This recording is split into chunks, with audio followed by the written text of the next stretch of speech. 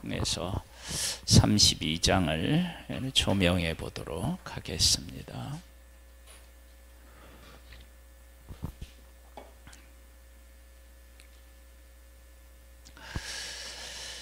모세와 아론의 인도로 대우를 갖추어 애굽을 떠난 이스라엘 자손의 노정은 이러하니라. 어디를 떠났어요? 애굽을 떠났습니다. 애굽은 어떤 곳이었느냐? 하나님의 백성들이 하나님의 백성 스스로의 힘으로는 도저히 나올 수 없는 그 곳이었습니다. 애굽 사람들이 그 하나님의 백성을 붙잡고 있었기 때문이기도 하지만 사실은 하나님의 백성도 애굽화 되었다라고 할 수 있습니다. 왜냐하면 애굽에서 나온 그들이 광야에서 끊임없이 애굽으로 돌아가자고 하는 것을 보면 알 수 있습니다. 그런 곳에서 나와서 광야를 통과해서 약속의 땅까지 이르게 되었다라고 하는 것은 하나님께서 얼마나 큰 일을 그들 가운데 하셨는지를 알 수 있습니다. 모세가 여호와의 명령대로 그 노정을 따라 그들이 행진한 것을 기록하였으니 그들이 행진한 대로의 노정은 이러하니라. 그들이 첫째 달 15째 날에 라함셋을 떠났으니 곧 6월절 다음 날이라. 이스라엘 자손의 해금 모든 사람의 목전에서 큰 권능으로 나왔으니 큰 권능을 그들에게 행하지 않으면 보내지 않았다. 그리고 그 큰 권능은 어디로부터 왔느냐? 하나님께로부터 왔다라고 하는 것을 우리가 알 수 있습니다. 애굽인은 여호와께서 그들 중에 치신 그 모든 장자를 장사하는 때라. 여호와께서 그들의 신들에게도 벌을 주셨더라. 이제 그러면서 이스라엘 자손의 라암새를 떠나 숫굿의 진을 치고 숫굿을 떠나 광야꽃 에담의 진을 치고 에담을 떠나 바할스보나 비하 히롯으로 돌아가서 믹돌 앞에 진을 치고, 그러면서 이들이 왔던 과정들을 쭉 기록해 놓고 있습니다.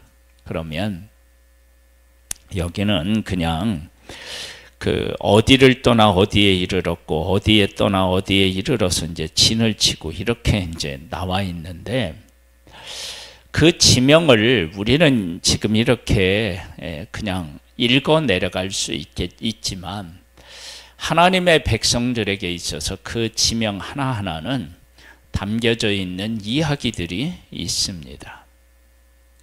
그래서 그 지명을 이렇게 하나님께서 기록해 놓으시라고 하신 것은 두 가지의 큰 개념을 우리가 생각해 볼 수 있어요. 하나는 하나님의 백성들이 어떠한 백성이었는지를 잘 보여주고 있어요. 그런즉 하나님의 백성들의 불신앙의 그 모습, 그들의 현재의 모습을 잘 보여주고 있고요. 그 다음에 하나님께서 하나님의 백성들에게 어떤 은혜를 베풀어 주셨는지, 그리고 그들을 약속의 땅으로 이끌기 위해서 하나님의 군대로 어떻게 세워 가셨는지에 대한 이야기들이 그 진을 치고 떠나서 진을 친 그 과정 속에 다 들어 있습니다. 자, 이제 이 얘기를 우리 얘기로 이제 바꾸면 이런 거예요. 저는 공주에서 태어나고 논산에 좀 있다가 그러다가 서울에서 살다가, 그리고 서울에서도 마장동에 사다 중국동에서 살다가, 그리고 또 방이동에서도 살다가, 그리고 용인으로 갔다가, 그리고 인천으로 와서 인천에서 계속 살고 있어요. 인천에 와서는 저 흥룡 아파트에서 살다가, 요 효성 골든타운에 살다가, 영진 빌라에 살다가, 그리고 지금 삼진 빌라에서 계속 살고 있습니다.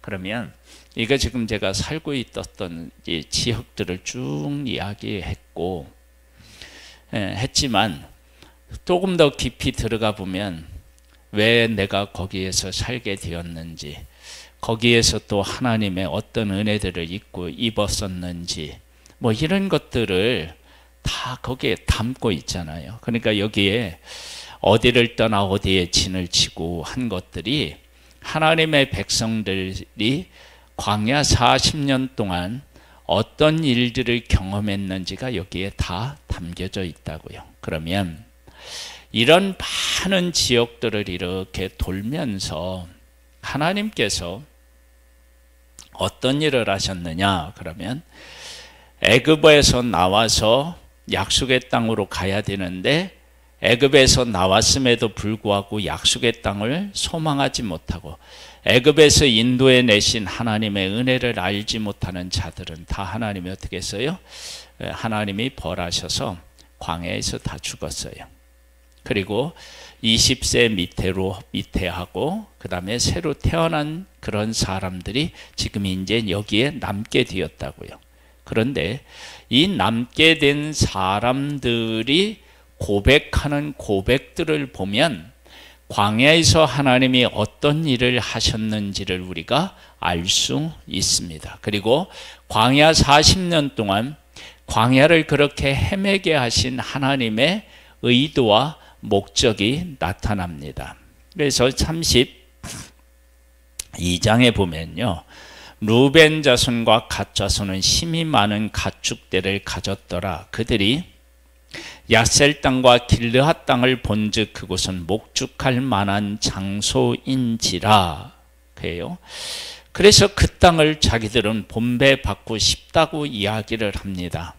그런데 그때 모세가 뭐라고 이야기를 하느냐? 그러면 하나님의 백성들이 가데스 바냐에 있을 때 정탐꾼 12명을 보내서 약속의 땅을 정탐하고 오라고 했는데 10명은 그 땅이 약속의 땅인 것은 맞다. 그러나 그 땅에 있는 사람들은 키가 크고 성은 견고하다.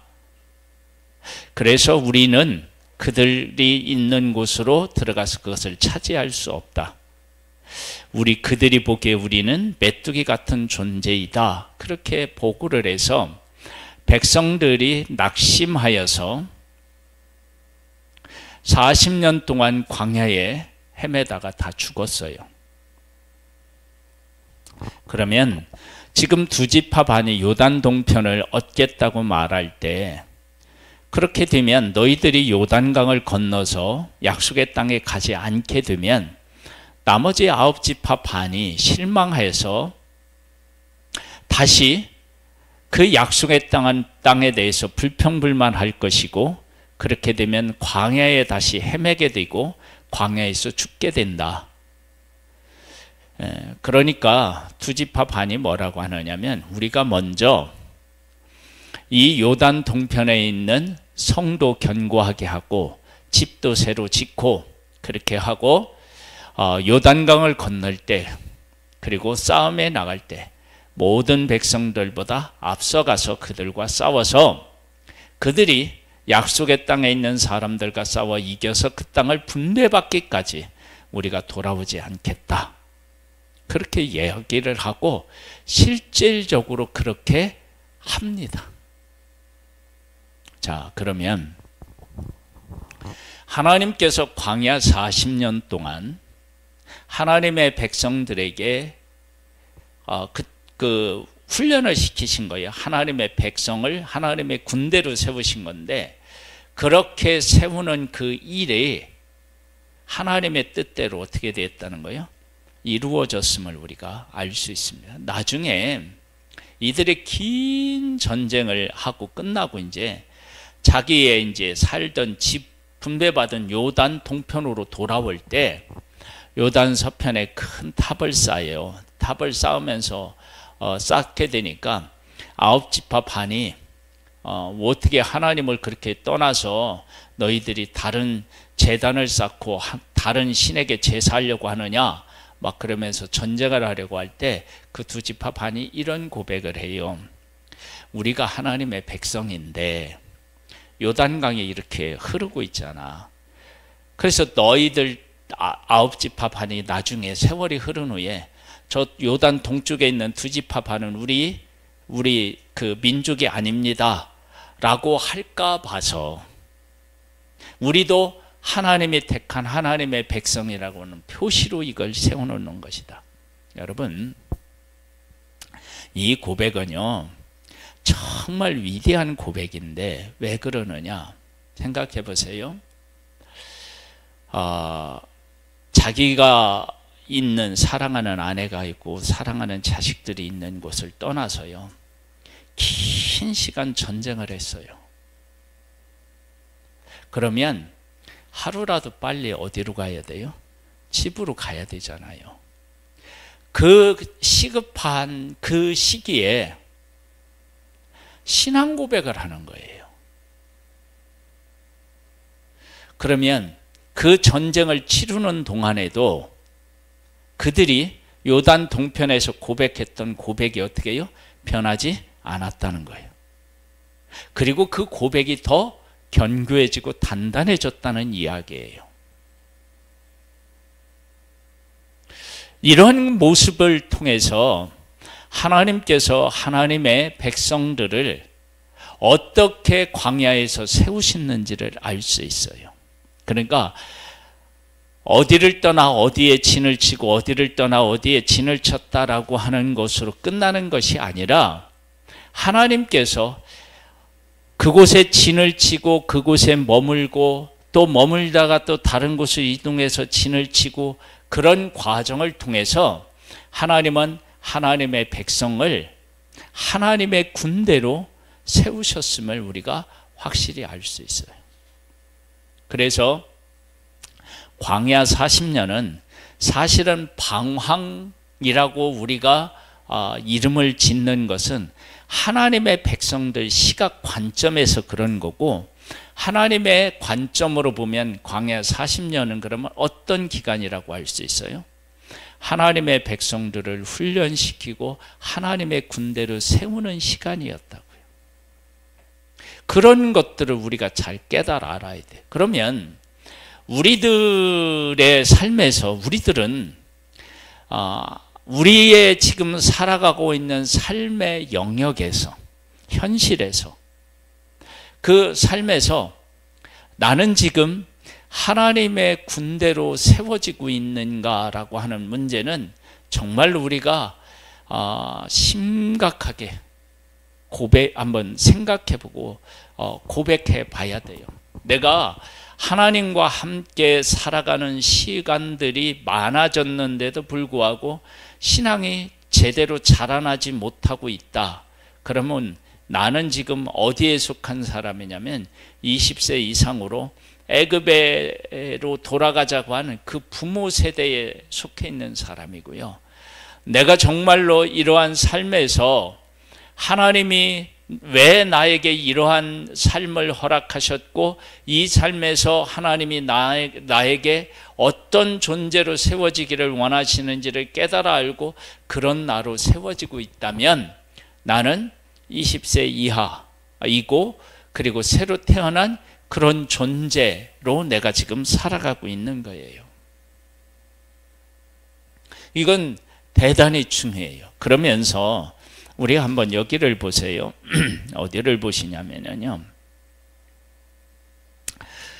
33장 50절로부터 보면 이런 말씀이 나와요. 여리고 맞은편 요단강과 모압 평지에서 여호와께서 모세에게 말씀하여 이르시되 이스라엘 자손에게 말하여 그들에게 이르라. 너희가 요단강을 건너 가나안 땅에 들어가거든 그 원주민을 너희 앞에서 다 몰아내고 그 새긴 석상과 부어 만든 우상을 다 깨트리며 산당을 다 헐고 그 땅을 점령하여 거기 거주하라. 내가 그 땅을 너희 소유로 너희에게 주었음이라. 자 보세요. 여기에 보면 들어가면 무엇을 하라고 지금 말씀하고 계셔요? 그곳에 있는 원주민들을 다 몰아내라. 그리고 우상들을 어떻게 해요? 다 깨트리고 헐고 불사르라. 이런 거예요. 그리고 거기서 살라는 거예요. 자, 하나님께서 왜 그렇게 말씀하셨느냐? 그건 오늘 이제 새벽에 말씀을 드렸는데, 그것은 하나님의 백성이 그렇게 훈련을 받아서 약속의 땅을 차지하기는 했지만 그들을 몰아내지 않으면 하나님의 백성이 어떻게 해요? 그들에게 물들어요. 그들에게 영향을 끼쳐서 그들을 하나님을 섬기는 자로 만들어야 되는데 그게 안 되는 거예요. 이게 이제 문제가 돼요. 그런데 놀라운 게 한 가지가 있어요. 그게 뭔지 알아요? 이렇게 말씀에 순종하잖아요. 다 그겠는 사람을 멸하고 우상을 깨뜨리고 다 그 말씀에 순종해서 그 땅에서 그렇게 완전히 하고 그 땅에 살면 어떤 일이 일어나느냐? 이들이 세계 모든 민족 위에 뛰어난 민족이 되어서 세상의 다른 나라들을 다스리고 통치하고 하는 힘이 있어요. 이거 다시 한번 이야기해요. 이거 잘 듣고 깨달으셔야 돼요. 보세요.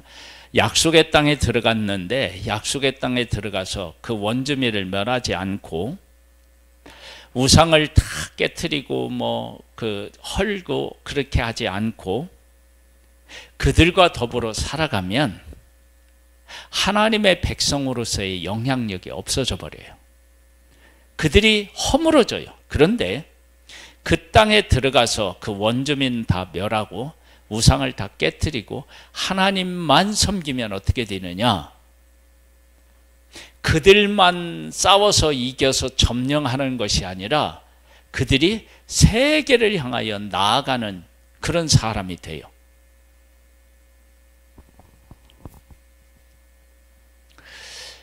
이것은 우리에게 무엇을 깨닫게 하고 우리에게 어떤 교훈을 주느냐? 그러면 우리가 하나님이 말씀하신 그 말씀의 명령을 순종하면, 지금 여기 가서 이렇게 하라고 하셨잖아요. 이 말씀에 순종하면, 근데 이것에 순종하는 것이 어려운 것은 어디에 있어요? 왜 우리가 이 사람들을 다 진멸하고 우상을 깨트리는 일들이 쉽지 않을까요? 그렇게 하나님이 하라고 하셨으면 그렇게 하면 될 거 아니에요. 그리고 그렇게 하라고 말씀하신 하나님께서 그렇게 할 수 있는 힘을 주셨겠죠. 그런데 이제 사사기서 이런 데 이렇게 여호수아 사사기 이런 데를 쭉 이렇게 보면 어떤 것들을 알 수 있느냐 그러면 그 땅에 있는 사람들이 죽기 살기로 이스라엘과 싸우면 점령하지 못하는 경우가 있고 그것을 나중에야 점령하는 경우가 있어요. 그 다음에 우상을 다 깨트리고 하라고 했는데 나중에 보면 사람을 살려주면 사람이 그들이 섬기는 우상을 섬기게 되고 그 우상을 섬기는 일에 하나님의 백성이 어떻게 해요? 유혹을 받아서 우상을 섬기게 돼요. 우리가 하나님의 말씀에 이렇게 이제 하나님이 우리에게 말씀하셨을 때 그 말씀에 순종하느냐 안 하느냐가 우리의 삶을 그래서 완전히 바꿔놓는 거예요. 하나님의 백성들이 그 약속의 땅에 있는 사람들을 진멸하고 우상을 다 깨트리면 이들은 어떤 민족이 되느냐? 세계를 호령하는 민족이 돼요. 그런데 그 말씀에 불순종하면 어떻게 되느냐? 그 머리를 깎고 힘을 잃은 삼손처럼 아무것도 못하는 존재가 돼요. 그래서 우리가 하나님의 말씀을 듣고 그 말씀에 순종하느냐 안 하느냐는 우리의 인생을 완전히 바꿔놓는 거예요. 그래서 여기 나와 있는 이 말씀들 그렇게 하라는 거예요. 그래서 볼까요? 좀 더 읽어보면은요. 54절에 보면 너희의 종족을 따라 그 땅을 제비 뽑아 나눌 것이니, 제비 뽑아 나눈다라 얘기하는 것은 어떨 때 제비 뽑아 나눌 수 있느냐? 다 점령을 해야 제비 뽑아 나눌 수 있어요. 만약에 한 곳은 점령하고 다른 한 곳은 점령하지 않았다면 제비 뽑아서 나눌 수가 없어요. 그래서 제비 뽑아 나눈다는 얘기는 그 땅을 어떻게 해요? 점령할 때만 가능해요. 그래서 점령을 해서 그 땅을 제비 뽑아 나눈다는, 그 땅을 점령했다는 거예요. 수가 많으면 많은 기업을 주고 적으면 적은 기업을 주되 각기 제비 뽑은 대로 그 소유가 될 것인즉 너희 조상의 지파를 따라 기업을 받을 것이니라. 너희가 만일 그 땅의 원주민을 너희 앞에서 몰아내지 아니하면 너희가 남겨둔 자들이 너희 눈에 가시와 너희의 옆구리에 찌르는 것이 되어 너희가 거주하는 땅에서 너희를 괴롭게 할 것이요 나는 그들에게 행하기로 생각한 것을 너희에게 행하리라. 하나님이 하나님의 백성들에게 벌을 주신대요. 자, 우리가 하나님의 말씀에 순종하라 할 때 그 순종이라고 하는 것이 약속의 땅을 하나님이 주셨어. 다 멸해. 그리고 다 멸하고 우상도 다 해. 그러면 진짜 하나님의 백성이 되어서 하나님이 함께해서 그 어느 나라도 이들을 대항해서 싸울 수 없고 이들이 하는 모든 것들을 하나님이 복의 복을 주셔서 세계 모든 민족 위에 뛰어난 민족이 돼요. 그런데 이렇게 하라고 하는 말씀에 불순종하잖아요. 그럼 이들은 그 백성들이 받아야 될 벌을 받게 되는 존재로 그렇게 돼요.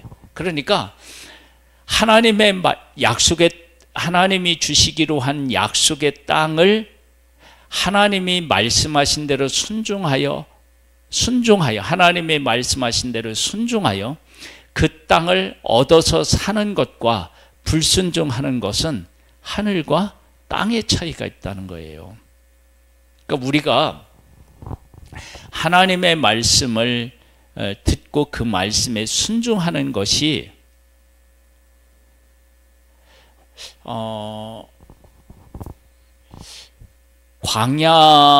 광야에서는 적이 없었죠. 광야에서의 적은 누구밖에 없었어요? 자기 자신들밖에 없었죠. 그렇죠? 근데 이제 약속의 땅에 가면 싸워야 될 적이 있어요. 그 싸워야 할 적이 있는데 그 적과 싸워서 하나님이 진멸하라고 말씀하신 것은 그들을 진멸할 힘과 능력을 하나님이 어떻게 해요? 주신다는 거예요. 그렇게 주시면 어떤 것들도 깨달아 알게 되느냐? 그들이 섬기는 신이 있는데 그 신과 하나님의 백성들을 인도하고 약속한 땅을 주신 하나님하고는 어떻게 해요? 완전히 다르다라고 하는 것을 알게 되는 거예요. 그래서 우상을 다 멸하라고 하는 것은 하나님 되심을 어떻게 하라는 거예요? 고백하라고 말하는 것과 같은 거예요. 내가 하나님이 어떤 하나님이시는지를 알고 그분을 고백하게 되면 우상은 어떻게 해요? 다 그렇게 허물고 깨트리고 다 할 수 있어요.